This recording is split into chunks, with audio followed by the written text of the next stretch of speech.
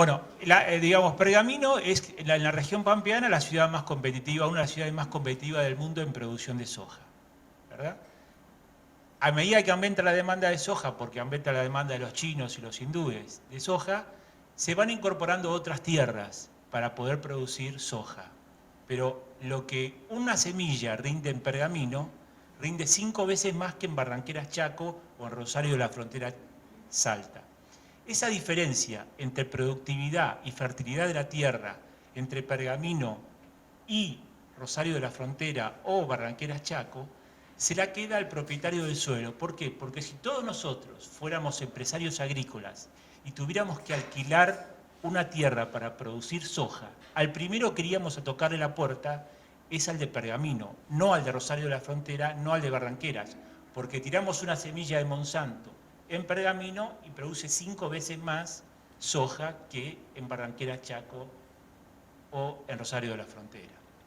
Entonces, esa renta diferencial, por solamente la competencia de todos nosotros que iríamos a tocarle la puerta al de Pergamino, esa ganancia extraordinaria, que es producto de la fertilidad de la tierra que tiene la tierra en Pergamino, se la queda el dueño del suelo. Al último que iríamos a tocarle la puerta es al de Barranqueras Chaco. Es más, es probable que el mismo propietario de Barranqueras sea el que produce soja y no la alquile. Eso no quiere decir que no haya renta.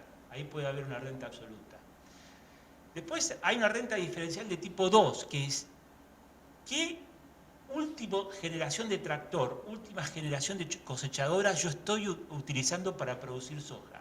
Se supone que cuando voy a producir soja en Pergamino, el que me la está alquilando sabe por el alquiler que me va a cobrar que yo voy a usar la última tecnología para producir soja en Pergamino, ¿verdad? Yo no puedo ir a Pergamino a producir con un tractor de segunda o con no la última semilla de Monsanto, ¿verdad? Entonces el alquiler que me va a cobrar es ese. El precio que produce el precio con que se concreta, que pagan los chinos la soja en el mercado de Chicago, que ahora está a 350, 400 dólares, llegó a estar 600, no contiene el valor del alquiler de la tierra, sino que el valor de la tierra sale como residuo del negocio del empresario agrícola, que es, de acuerdo a lo que le paga, lo que Cargill obtiene por la venta de soja a los chinos, y lo que el impuesto que le pone el Estado Nacional en retenciones, a partir de ahí pone un precio de la soja en Rosario, después descuenta sus costos de lo que le sale el tractor, lo sale el operario, y de ahí dice, yo estoy dispuesto a pagar tanto por el alquiler de una propiedad en Pergamino, de un terreno.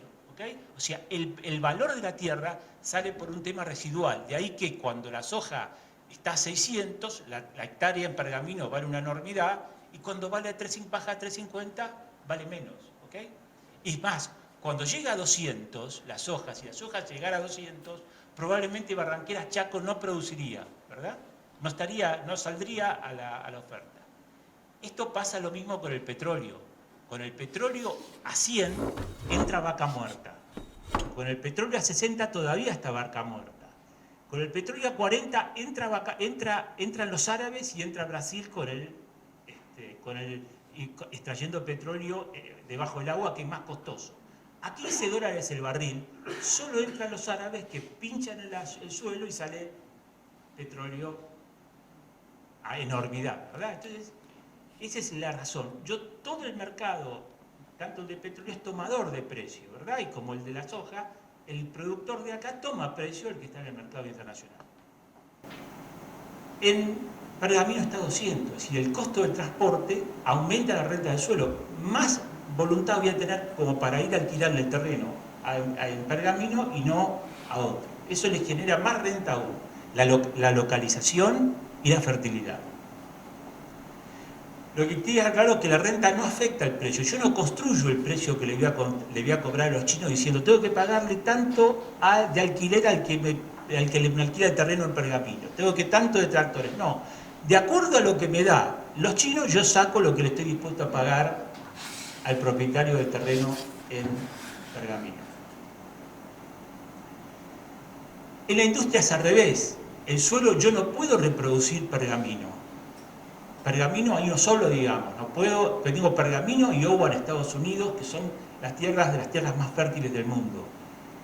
No puedo reproducirlo. En cambio, en la industria yo puedo, digamos, si todos nosotros fuéramos kinesiólogos y 2 de nosotros sacamos el láser, vamos a cobrar la sesión más alto el precio por un tiempo. Pero al poco tiempo, todos los otros kinesiólogos van a usar el láser porque saben que pueden duplicar la sesión de kinesiología con el láser. Es decir, la tecnología industrial se puede reproducir. El suelo agrícola no se puede reproducir. El suelo urbano tampoco. ¿Okay? Entonces, en lo urbano, esa fertilidad que ocurre en el suelo rural tiene su correlato en la constructibilidad que tiene el suelo urbano. Puede ser porque hay desniveles, que el suelo esté en un lugar que haya que rellenarlo, que haya, por ejemplo, como en Pompeya, en Buenos Aires, que como el suelo es flojo, digamos, para clavar una estructura necesitas mucho más costo de construcción en Pompeya que en Chacarita, ¿de acuerdo? Entonces, hay más costos, hay más costo de utilidad de un lado o de otro. Después, la segunda renta diferencial que aumenta la renta el segundo hecho que aumenta la renta en un terreno urbano es la edificabilidad en altura. Eso genera hiperganancias. ¿Okay? O sea, hay mientras que la semilla de Monsanto y la fertilidad del suelo es lo que determina lo que voy a producir en pergamino, en el suelo urbano lo que me determina es no solo la demanda, sino lo que la ciudad me deja construir en un lugar. La potestad de qué es lo que me deja la ciudad construir es la que me determina hasta dónde puedo construir en altura. ¿Está? Es como, tiene su correlato como la semilla de Monsanto. Yo tiro una ordenanza sobre una esquina, la esquina de Roca y Mayá, digo que se pueden construir 20 pisos, donde antes se construían 5, le estoy generando una hiperrentabilidad al dueño del terreno diferente por solo el hecho de una ordenanza. Es cierto que tiene que haber un tipo que demande, yo no puedo alegremente decir que en toda la ciudad voy a construir 20 pisos porque en Centenario no voy a tener un tipo que me pague para construir en altura, pero sí en Roca, en Chipoleti, ¿verdad? O sea, la norma sola no hace que haya aumento del valor del suelo, pero sí es un factor determinante. Y eso es potestad de la ciudad.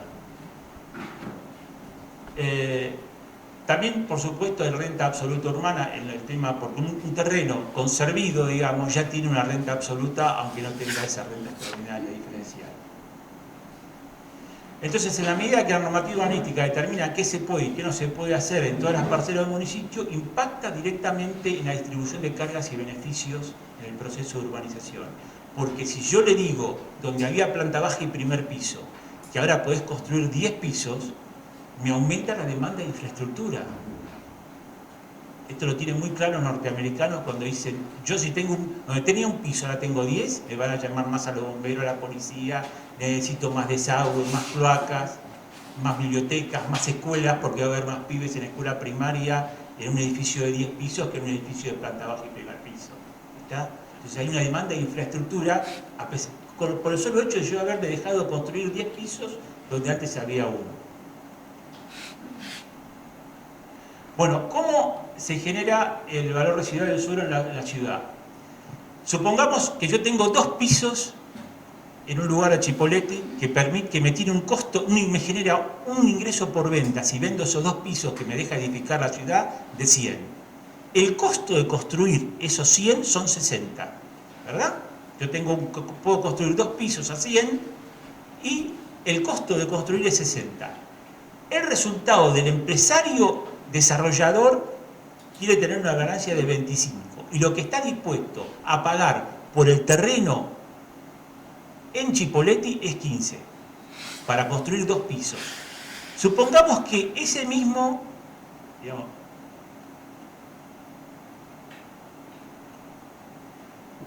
la ordenanza cambia y le deja construir donde antes era 2, 4 pisos. O sea, le dupliqué la edificabilidad. Ahora, en lugar de facturar 100, va a facturar 200. ¿Qué es la facturación? La superficie vendible del edificio por el precio de venta. ¿Ok? Después, si yo puedo construir 2 veces más, tengo 2 veces más costo, ¿verdad? O sea que en lugar de 60, mi costo va a ser 120. Por otro lado, mi resultado, para llegar a ser el 25% total, ahora es 50. De los 200 que voy a facturar, 50 me los quedo yo, desarrollador, yo empresario. Y el dueño del suelo, sin hacer absolutamente nada. Porque el de Pergamino por lo menos pudo haber rotado cultivos, haberle exigido al que le alquila el terreno rotar el cultivo, pero sin hacer nada, obtiene 30. O sea, se le duplica el valor del terreno por el solo hecho de que le dejé de construir 4 pisos donde antes se podía construir 2. Hay 15 que es plusvalía. Las líneas de trabajo, digamos, los pensadores más extremos en esto, que está en el Lincoln Institute, dice, esos 15 adicionales son del municipio. Estamos en la pauta extrema, digamos. El dueño del terreno no hizo nada y esos 15 deberían ir al municipio. Un ejemplo práctico de lo que ocurrió el 22 de septiembre de 2005 en Rosario con una torre de 45 pisos frente al río, frente a la costa rosarina. Había un terreno de 16.000 metros cuadrados, de los cuales después de entregar para calles quedaban 12.000. El desarrollador, a la tarde del 22 de septiembre de 2005, tenía una idea de que podía, por lo que era el FOT de la zona, 25.000 metros cuadrados. A la noche, ese 22 de septiembre de 2005, él tenía 76.000 metros. O de golpe, en un día, aumentó, por supuesto, haciendo lobby. Entonces, ese aumento de edificabilidad, lo que van a ver ahora es cómo se calcula, porque no hay que hacer ninguna ciencia para ver cómo se calcula el nuevo precio del terreno. El precio del terreno son las ventas estimadas que yo tendría con 76.000 metros y las ventas estimadas que yo tendría con 25.000, con lo que tenía antes con la vieja normativa.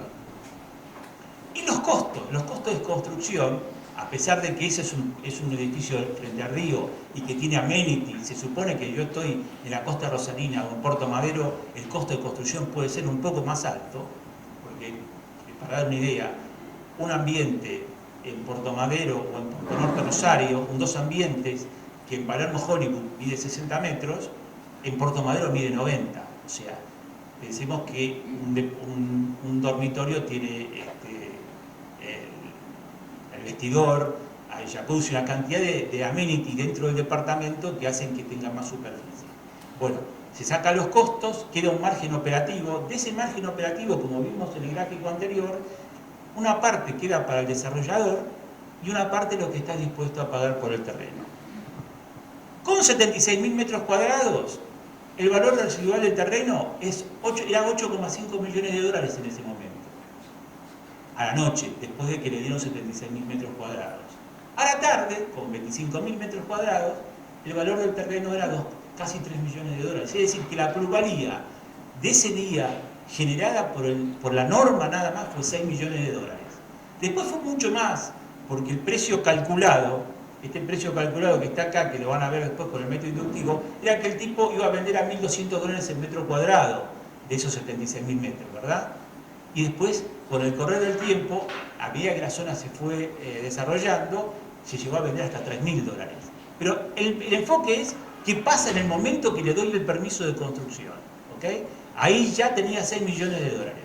Otro sistema, otro método para analizar cuánto vale el terreno es esta fórmula que dice que tengo que multiplicar el FOT.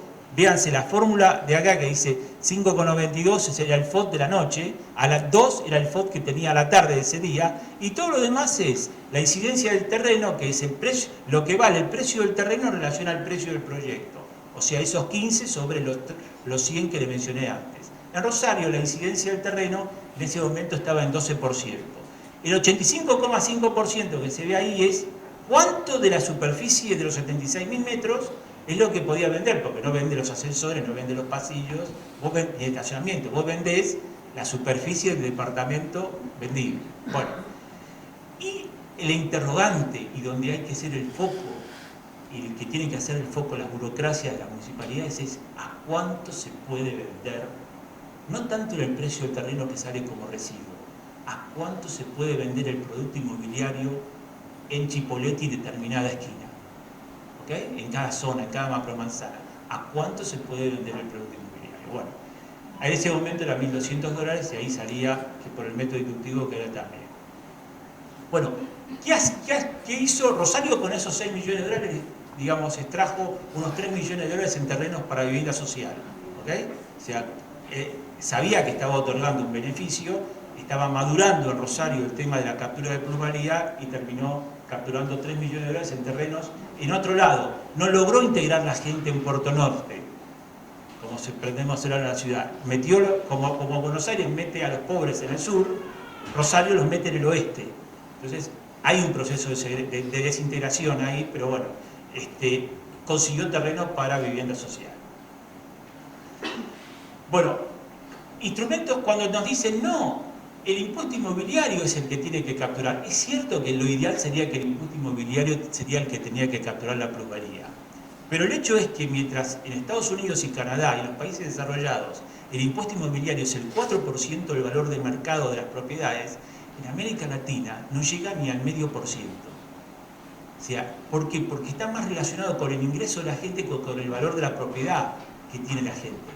¿Me explico? O sea, si digamos, para dar una idea, si yo tuviera que pagar por el sistema del departamento que alquilo, el 4% del valor de mercado del departamento que alquilo, tendría que pagar $7.000, entre $6.000 y $6.000 anuales.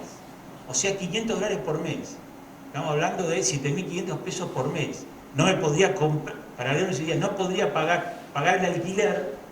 O sea, es desproporcionado en relación a lo que estamos pagando por ABL. Por eso nadie se muda en los países de América Latina porque el ABL es más bajo o más alto. Es indiferente. El ABL, cuando digo, es el impuesto inmobiliario. ¿Okay? En cambio, en Estados Unidos sí. En Canadá, vos pagás en 25 años, como decía ayer Carlos, en 25 años vos le pagás al municipio el valor de tu propiedad año a año. Bueno, eso genera que en América Latina los municipios no tienen autonomía fiscal, tienen que ir a pedir plata permanentemente, tienen que andar ir por los pasillos de Buenos Aires pidiendo de las oficinas públicas en Buenos Aires, en Internación, pidiendo fondos. ¿Okay? Bueno, ¿esto qué ocurre? Llega a que el impuesto inmobiliario es menos del 1%, en América Latina la manera de capturar plusvalía fue buscar a los grandes, es decir, yo lo busco a IRSA para sacarle, en cambio en Estados Unidos y Canadá pagan todos, no solamente los grandes desarrolladores, sino los chicos también, aunque hagas un edificio de 7 pisos. En América Latina hay bajo cumplimiento de normas, grandes desarrolladores en posición diferencial de negociación, es decir, en Rosario los que negociaban con el municipio no eran los dueños del suelo anteriores, sino los que le compraron, los españoles, un contador muy importante a Rosario que tenía un gran desarrollador, y la captura de plusvalía es pensada como un suplemento del bajo impuesto inmobiliario.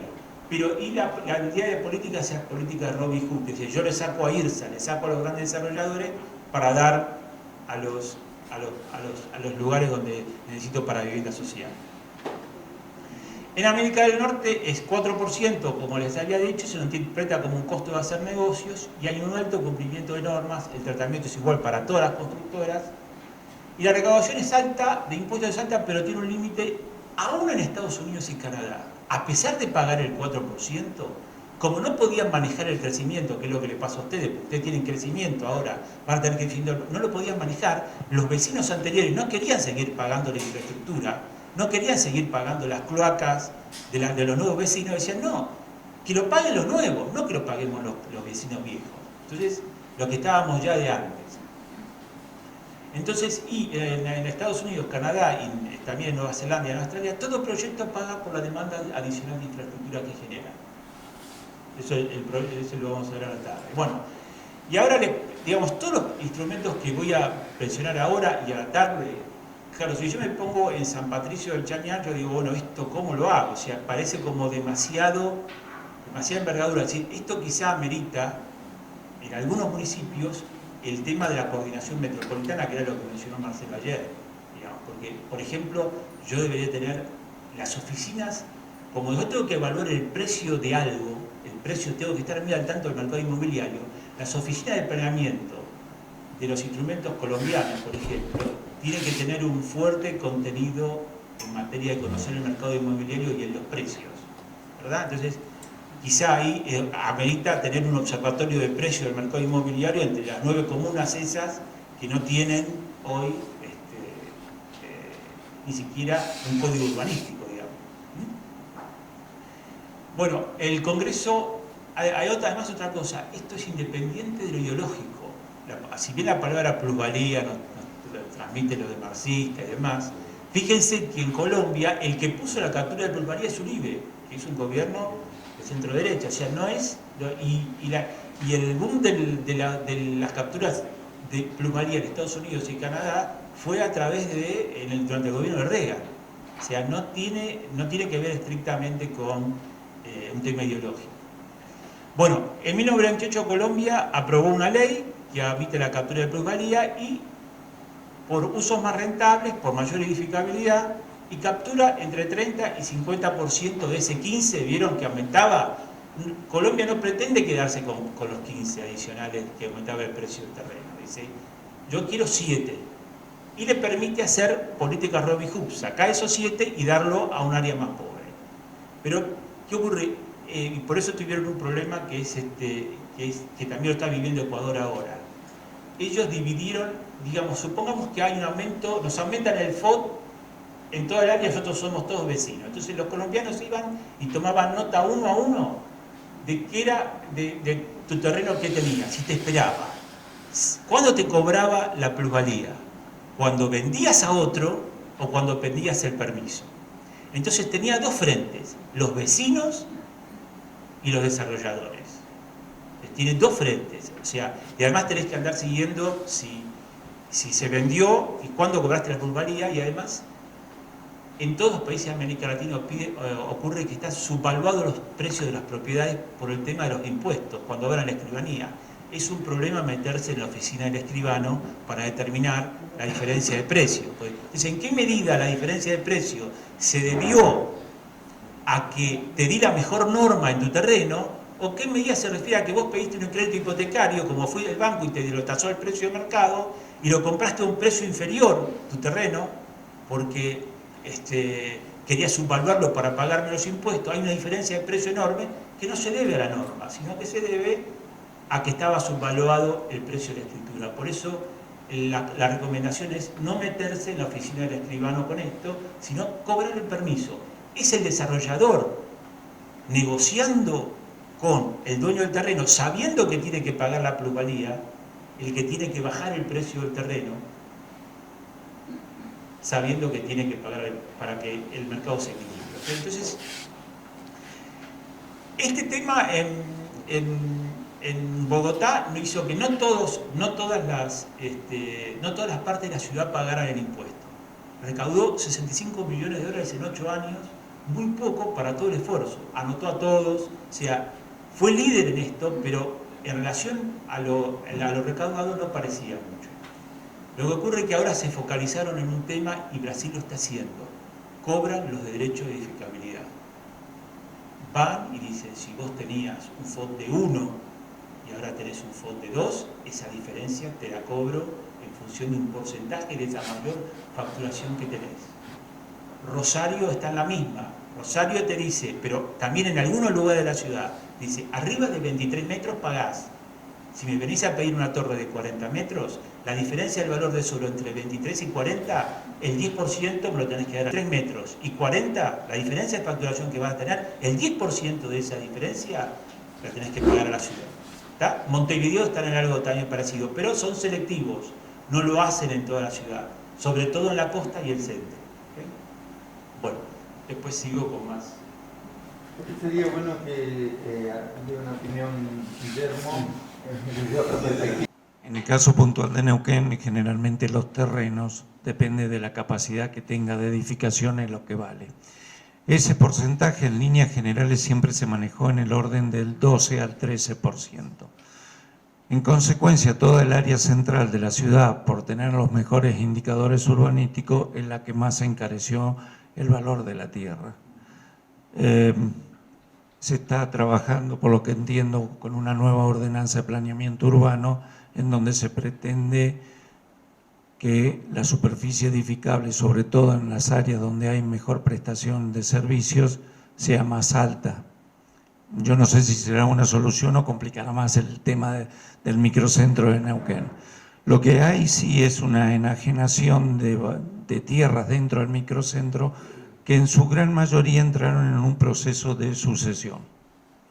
Las construcciones más antiguas de Neuquén están centralizadas en un radio de 5 cuadras de la Avenida Argentina.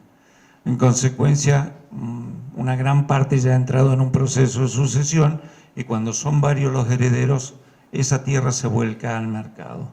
A valores se llega, hoy se está hablando de valores de 2.000 a 2.200 dólares el metro cuadrado en lo que se denomina CP1, que es donde se puede construir mayor cantidad de metros cuadrados y mayor altura.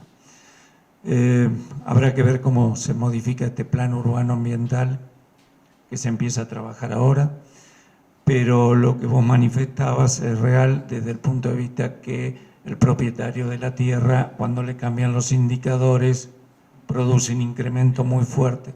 Pasó con el Paseo de la Costa. Paseo de la Costa, que era el área subrural, cuando se transformó en rural, en urbano, perdón, pasamos que la hectárea valía, cuando era subrural, podía valer 20.000 dólares y pasó a valores de hoy a 160.000 dólares. ¿Por qué? Porque se pudo dar otro uso.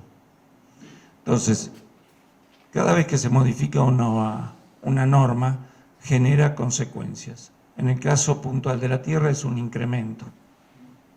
Esa plusvalía que vos hablás, incluso lo de Pergamino lo conozco muy bien porque mi familia es de ahí. Entonces, la importancia de las normas es cómo voy distribuyendo ese incremento de valor. El ampliar, en el caso de Neuquén, que se está hablando de ampliar el área, va a hacer que los valores, posiblemente en esa área que se amplíe, se incremente, pero lo que es más central no tenga tal incremento, porque tenga una alternativa. Entonces habrá que analizarlo muy puntualmente.